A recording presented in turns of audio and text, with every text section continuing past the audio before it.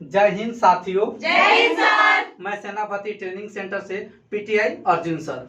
आज हम लोग पढ़ने जा रहे हैं सिंपल इंटरेस्ट मतलब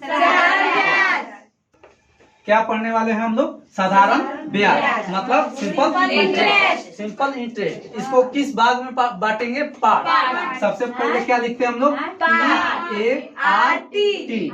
पार्ट मतलब क्या होता है? पार्ट मतलब भाग। पी मतलब क्या होता है? पी बराबर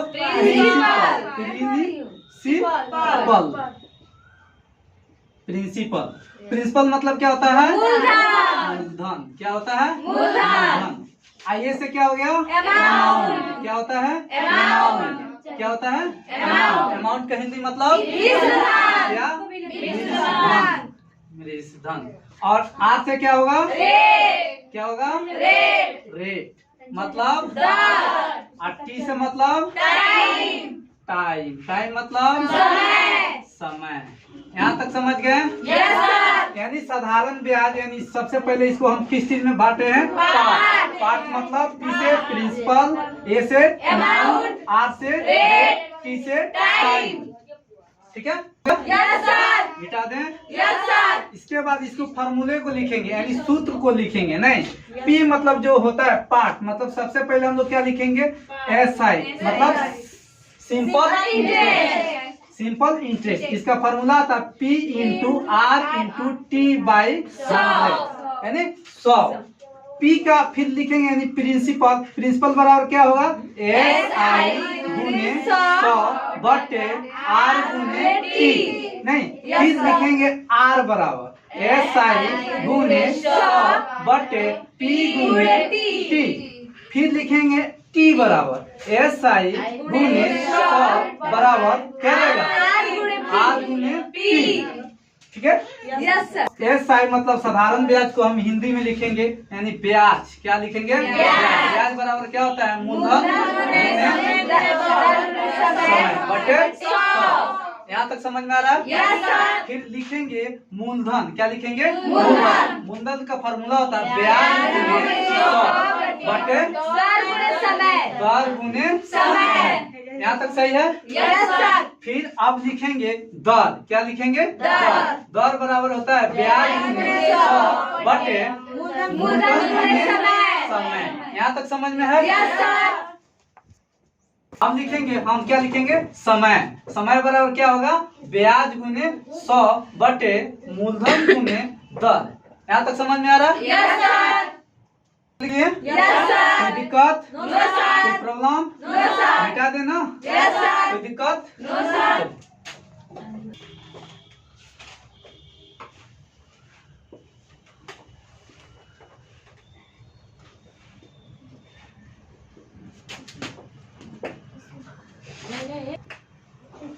चालू कर दिए क्या?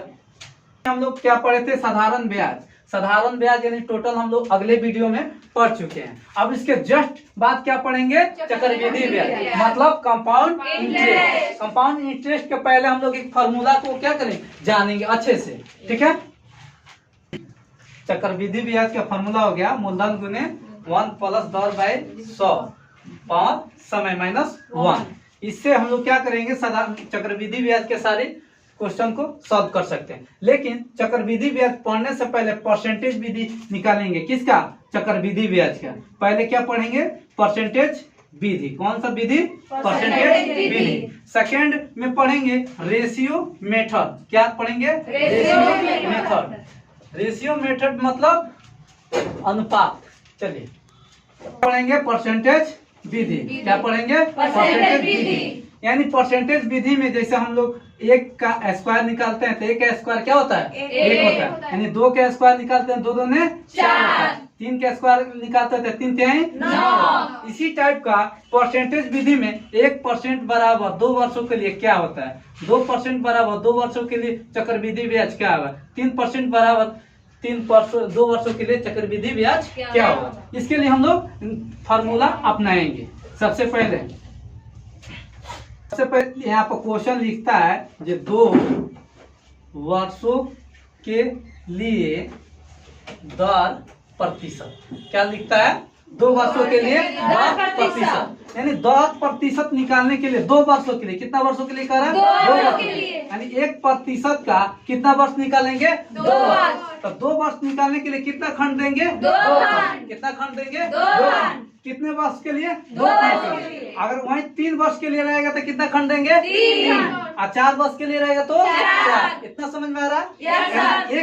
1% को निकालने के लिए सबसे पहले इस खंड में गुना करें। किससे गुना करेंगे? 2 से। यानी 2 वर्ष के निकालेंगे तो कितना से गुना करेंगे? 2। और 3 वर्ष के लिए रहेगा तो कितना से गुना करेंगे? 3। तो यानी 2 एकम 2। और फिर इस रेशियो में लाने के लिए यानी 1 का क्या कर देंगे? स्क्वायर। 1 का स्क्वायर कितना हो जाएगा? 1। लेकिन यहाँ पर जब भी लिखा जाएगा डबल डिजिट में लिखा जाएगा, यानी 2 अक्षर में लिखा जाएगा। तो यहाँ पर 1 0 क्या करेंगे? बढ़ाएंगे। यहाँ पर क्या रखेंगे? पॉइंट, यानी 2.01 1% का हुआ। यानी सेकेंड परसेंट निकालेंगे 2%, 2% बराबर, यानी 2% बराबर 2 वर्षों के लिए, यानी 2 वर्षों के लिए कितना खंड देंगे? 2 खंड। कितना खंड? 2 खंड। 2 खंड में क्या करेंगे? 2 से गुना करेंगे। 2 दूने 4। आई 2 के क्या करेंगे? स्क्वायर। 2 दूने 4। यहाँ पर डबल डिजिट देंगे, यहाँ पे क्या रहेगा? पॉइंट, यानी ये हो गया 4.04%। यहाँ तक समझ में आ रहा? Yes sir. यहाँ तक समझ में आ गया? Yes sir. बता दें? Yes sir. अभी हम लोग परसेंटेज निकालने के सीख रहे हैं, यानी 2 वर्षों के लिए। अभी कह रहा है 3% को निकालने के लिए 2 वर्षों के लिए। जब 2 वर्षों के लिए निकालेंगे तो कितना खंड देंगे? 2 खंड। और 3 वर्षों के लिए निकालेंगे तो कितना खंड देंगे? 3 खंड। लेकिन यहाँ पर 2 वर्षों के लिए क्या कर रहे हैं? 2 खंड दे रहे हैं। पहला में यानी 2 वर्ष के निकालना है तो 2 से क्या कर देंगे? गुना। 3 दूना 6। और फिर 2 यानी 2 वर्षों के निकालें तो 3 का क्या कर देंगे?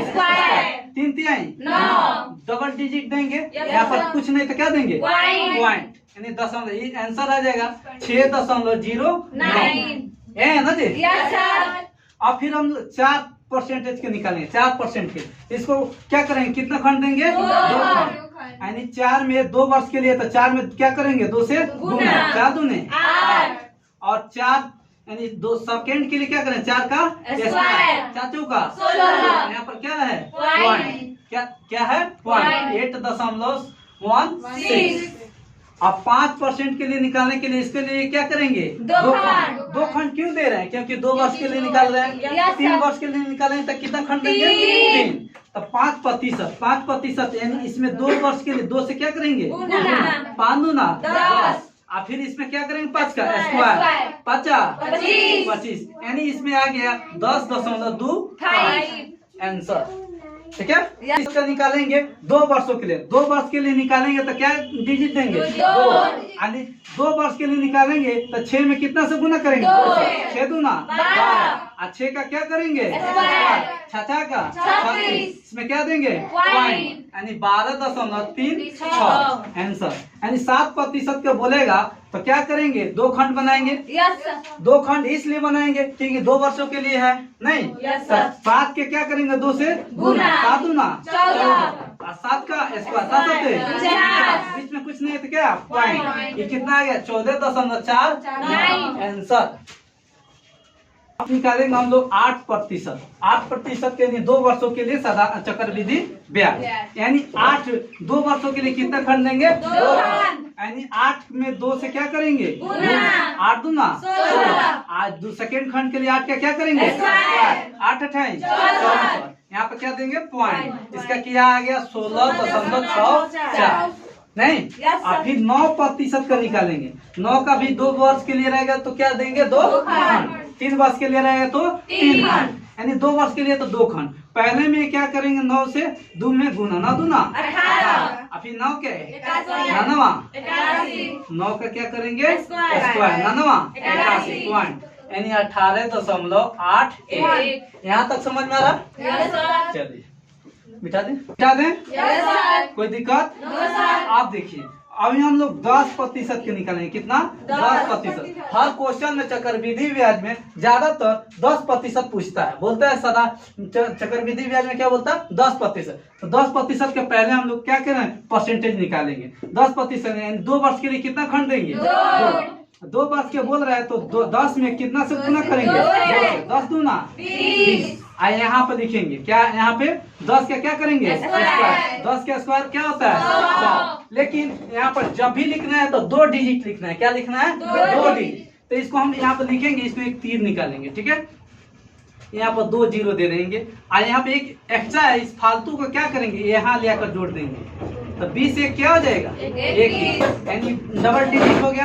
यानी आंसर इसका कितना आ गया 21%।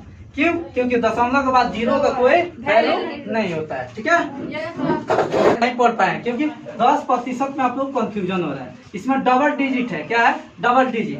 यानी इसमें 10 में यानी 2 वर्ष के लिए कर रहा है तो 2 से क्या करेंगे गुना। 10 दहा 10 गुना 20 नहीं। अब फिर दूसरा का डिजिट के लिए 10 का क्या किया जाता है 10 का स्क्वायर कितना आ रहा है 100। लेकिन यहाँ पर जब भी लिखना है सेकेंड डिजिट में 2 डिजिट होना चाहिए। यहाँ पर कितना डिजिट हो रहा है 3 डिजिट। तो इसको चेंज करेंगे, फिर लिखेंगे 2 खंड दे देंगे, इसमें 2 जीरो रख लेंगे। अब बच क्या गया 1 को क्या करेंगे इधर प्लस कर देंगे, यानी 20 1 21। अब इसमें क्या देंगे पॉइंट, आंसर आ जाएगा 21%। यानी पॉइंट के बाद जीरो का कोई वैल्यू नहीं होता, ठीक है। समझ में आ गया।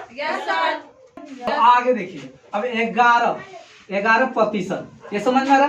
फिर इसमें 2 वर्षों के लिए करे तो 2 खंड देंगे, क्या देंगे 2 खंड। तो पहला खंड में 11 में 2 वर्ष के लिए करे तो 11 से में क्या करेंगे 2 से 11 दूना 22। और फिर इसमें 11 का क्या करेंगे स्क्वायर। 11 का स्क्वायर करेंगे तो कितना आएगा 121।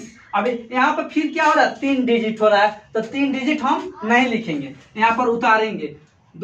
यहाँ पर पहला पोस्ट है यहाँ पर। अब यहाँ पे क्या 21 लिख देंगे, एक जो एक्स्ट्रा है उसमें जोड़ देंगे, कितना हो जाए 23 पॉइंट। यहाँ पर आंसर हो जाएगा 23.21 आंसर। समझ में आया। यहाँ तक सीखे कितने वर्षों के लिए 2 वर्षों के लिए। अब हम कितने वर्षों के लिए सीखेंगे 3 वर्षों के लिए। अब 3 वर्षों के लिए कैसे निकलेगा नहीं कह रहे साफ जे यहाँ पे जे 3 क्या कह रहा है 3 वर्षों के लिए 10%। किसका चक्रवृद्धि ब्याज का, किसका चक्रवृद्धि ब्याज का, ठीक है।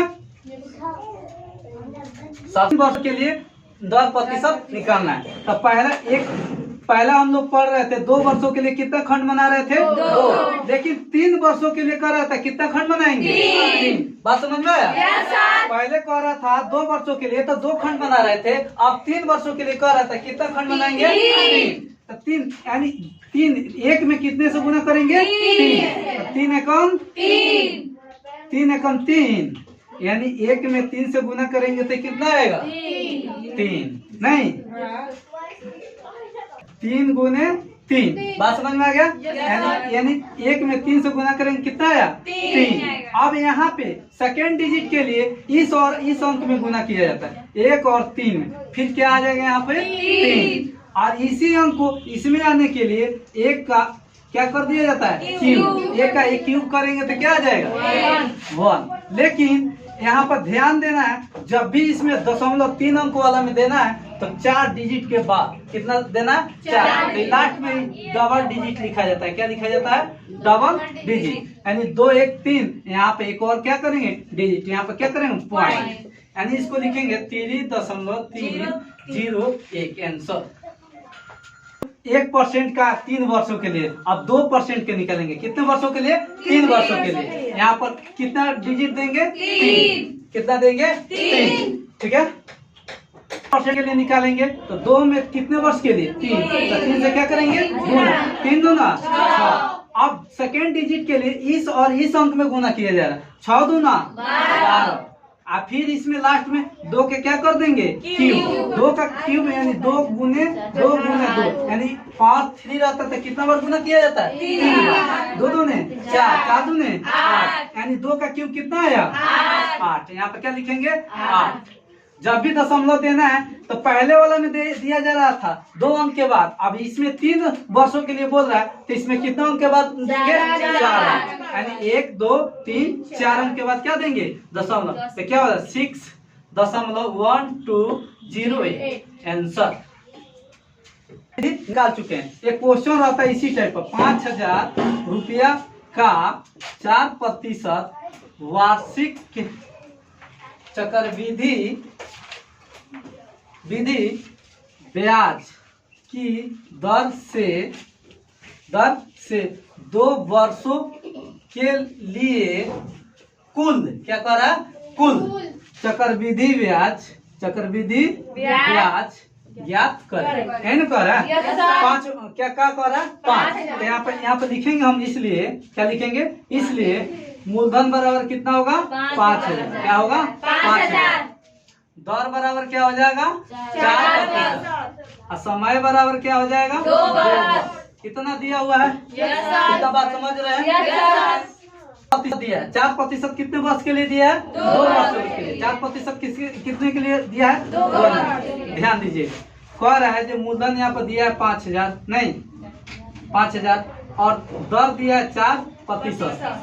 कितने समय के लिए 2 वर्ष। तो दर नहीं निकाल सकते हैं। 4% बराबर 2 वर्षों के लिए कितना खंड देंगे 2। 4 में कितना से गुणा किया 4 दूने 8 4 का क्या करेंगे स्क्वायर का यानी 8.16 नहीं किसका निकला 4% के लिए। कितने वर्ष के लिए 2 वर्षों के लिए। 2 वर्षों के लिए परसेंटेज हम निकाल लिए 4% का 2 वर्षों के लिए कितना है 16.816 नहीं। तो कह रहा है इसका क्या निकाल चक्रवृद्धि ब्याज, इसलिए लिखेंगे चक्रवृद्धि ब्याज 5000 गुना कितना आ रहा है इसका परसेंटेज 8.6/100। क्यों लिखे प्रतिशत निकालना है 2 जीरो से सबसे पहले यहाँ पर 0 ऊपर क्या है दशमलव, तो इसको चेंज करेंगे लिखेंगे 5000 गुना 816 और 2 अंक के बाद दशमलव तो क्या नीचे आ जाएगा 2 जीरो। इतना समझ में आ रहा है। अब इसको काटेंगे 2 जीरो से